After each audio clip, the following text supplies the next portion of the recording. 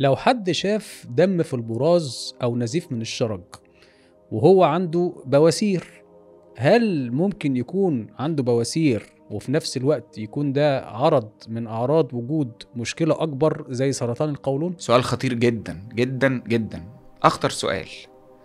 ليل نهار بنقابله. يجي المريض: أنا عندي يا دكتور نزيف من الشرج، أصلا أنا عندي بواسير، أصلا أنا بحزق، أصلا أنا عندي إمساك، أصل في ألم فده شرخ وده بواسير.